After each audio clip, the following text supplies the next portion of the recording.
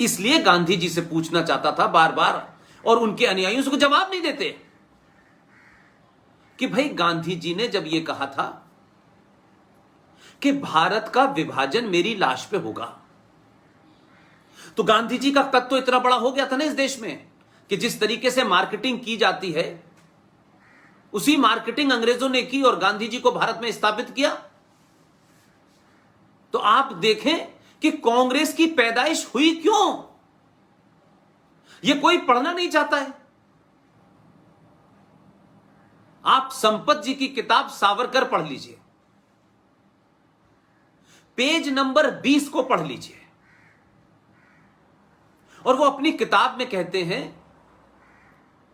कि 1857 का जो अंग्रेजों के खिलाफ विद्रोह था, उस विद्रोह से पूरे अंग्रेजी साम्राज्य की चूलें हिल गई थी। तो अंग्रेज तो कोई काम आसानी से करते नहीं हैं, ये दुनिया भर के गोरे हैं, चाहे अमेरिका हो, तमाम सारे लोग हों, ये तो जो बात इन्हें आज समझते हैं, जो काम इन्हें 100 साल बाद करना होगा, उसकी तैयारी पहले दिन से कर देते हैं। आपको पता ही नहीं चलता कि एजेंडा क्या है। इसलिए 1857 जैसी घटना इस देश में ना हो। तो आप देखिए कि 1857 की घटना है, गांधी जी का जन्म 2 अक्टूबर 1869 का है, और आप 57 से आते आते आते आते 1885 में या 87 में शायद इंडियन नेशनल कांग्रेस का गठन होता है। और इंडियन नेशनल कांग्रेस, जिसके नाम पर Congress I, Congress J, Congress O, Congress T, Congress V, Congress P, Congress K, इतनी सारी जो बनी इस देश में, उस कांग्रेस का आज भी हजारों लोग उसे उसी रूप में देखते हैं। तो जो कांग्रेस की नींव जिस शख्स ने रखी वो कौन था?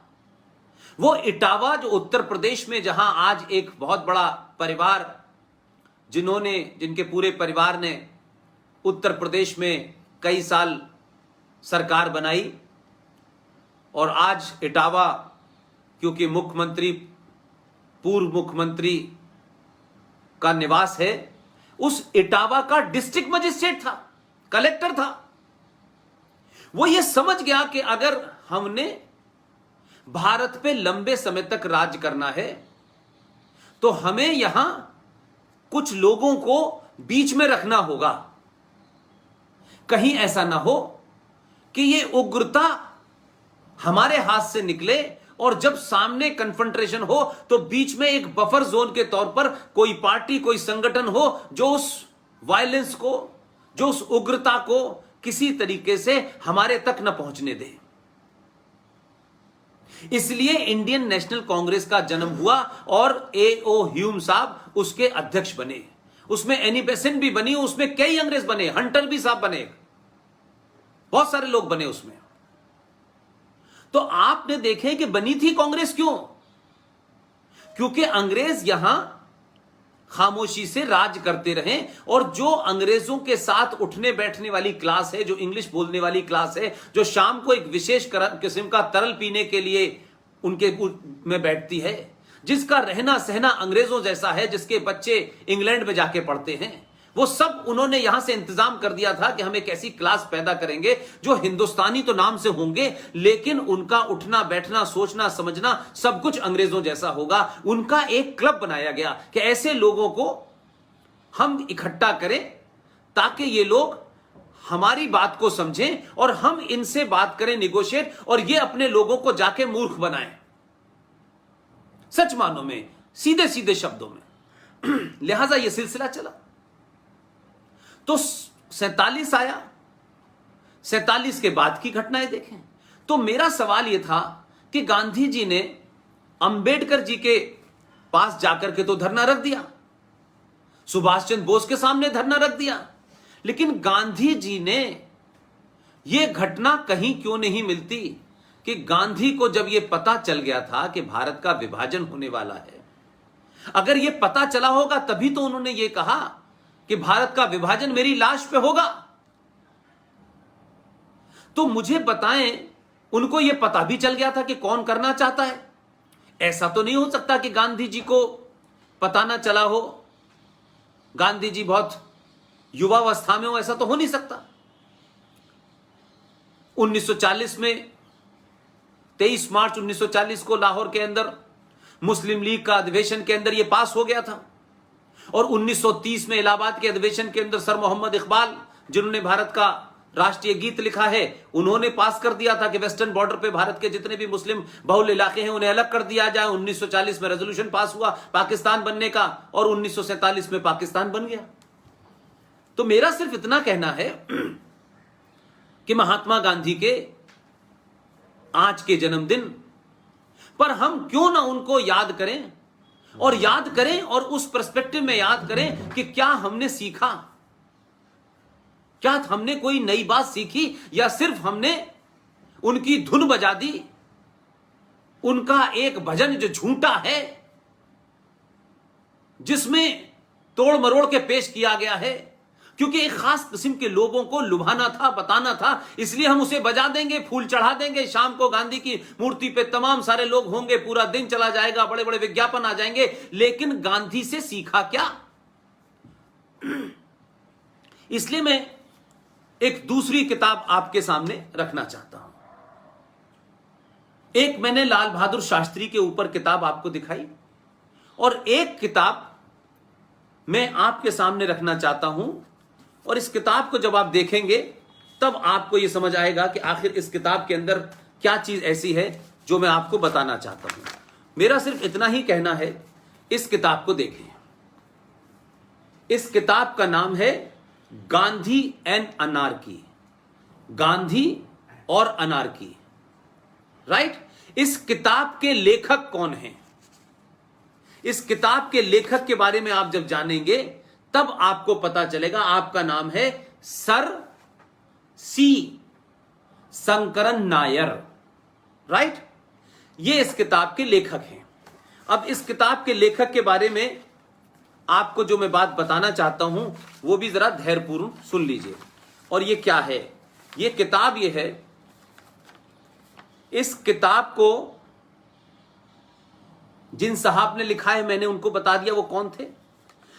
सी शंकरन नायर साहब 1897 यानी 1897 में उस कांग्रेस के अध्यक्ष थे, और शंकरन नायर ने 1897 में कांग्रेस का जो अधिवेशन महाराष्ट्र के अमरावती में हुआ था उसकी अध्यक्षता की थी। और ये साहब 1908 में मद्रास हाई कोर्ट के जज बने। ये किताब इस शख्स ने ईमानदारी से लिखी है। इस किताब के टाइटल से आप समझ गए होंगे, इस किताब में कोई भी नाथूराम गॉडसे के रिश्तेदार, आरएसएस की परिवार से, संघ परिवार से किसी ने नहीं लिखी। कोई इनका कंट्रीब्यूशन नहीं है। खामखा उनके दामन पे दाग लगाना ठीक नहीं है। राजनीतिक स्वार्थों के लिए लोग लगाते हैं, लगाएं, वो एक अलग बात है। लेकिन इस किताब के टाइटल से आप समझ गए होंगे कि मैं आपको क्या बताना चाहता हूं। लिखने वाला भी वही है, किताब का टाइटल भी उन्होंने दिया है। और ये किताब आप सोचिए, इस किताब को आप ये माने कि इसमें कई चैप्टर हैं, और इसके पेज नंबर 132 के ऊपर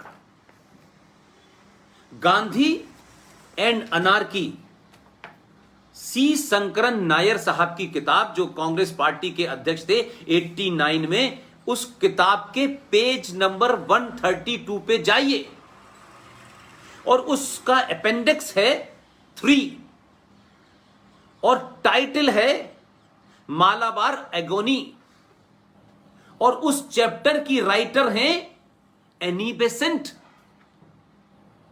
उन एनी बेसेंट के इस चैप्टर में अगर आप पढ़ लेंगी तो मैं ये मानता हूं, वंदना जी, राजेश भाई और तमाम सारे पदाधिकारी, इस किताब के उस चैप्टर को पढ़ लेंगे ना, तो जो भी कुछ आपके अंदर होगी शक्ति, जितना भी गुस्सा शायद आपने अब तक जी लिया होगा, उस गुस्से के क्लाइमेक्स पे आप पहुंच जाएंगे और आपको लगेगा कि हमने अपने देश में कैसे कैसे आदर्श बनाए हैं। मैं इसलिए कहता हूं इस देश में कि ईमानदार, बहादुर, निडर लोग उस वक्त भी थे, लेकिन क्योंकि परंपराएं दलालों, डरपोकों, कायरों को आगे बढ़ाने की थी, इसलिए बहादुर लोग पैदा होना बंद नहीं हुए, बहादुर बने और वो दूर चले गए। क्योंकि सत्ता के सुख के लिए आपको बौनों की तारीफ करना, दलालों को आगे बढ़ाना, लुटेरों की तारीफ करना, उनके बारे में किताबें लिखें, उनको महान बनाना, यह परंपरा 1947 से चल रही है। और सच बोलेंगे तो देश आपके साथ खड़ा हो जाएगा। इसलिए मैंने कहा राजनीति एक अलग विषय है, राजनीति जिन्हें करनी है वो करें। उसमें गांधी क्या, उसमें तो बहुतों के साथ झूठ बोला जा रहा है। लेकिन इस किताब के पेज नंबर 132 के ऊपर अपेंडिक्स 3 टाइटल है Malabar agony by Annie Besant. 1 अगस्त 1921 की यह घटना है। हम सब जानते हैं 1 अगस्त 1921 को भारत में क्या हुआ था और क्यों हुआ था। इसको समझने के लिए इन्होंने लिखा है कि जो हिंदुओं का केरल के अंदर जो मोपला नाम की जगह थी, जिसे इस टॉपिक मालाबार एगोनी में कवर किया गया है, उसमें लिखा है उस वक्त जब यह झूठ और पाखंड चल रहा था इस देश के अंदर, इस देश की आजादी में तो हिंदू, मुस्लिम, सिख, ईसाई सब मिल मिल के लड़े हैं। हिंदू मुस्लिम भाई भाई हैं, सारे धर्म बराबर हैं, यह साझा संस्कृति है, ये गंगा जमुना तहजीब है।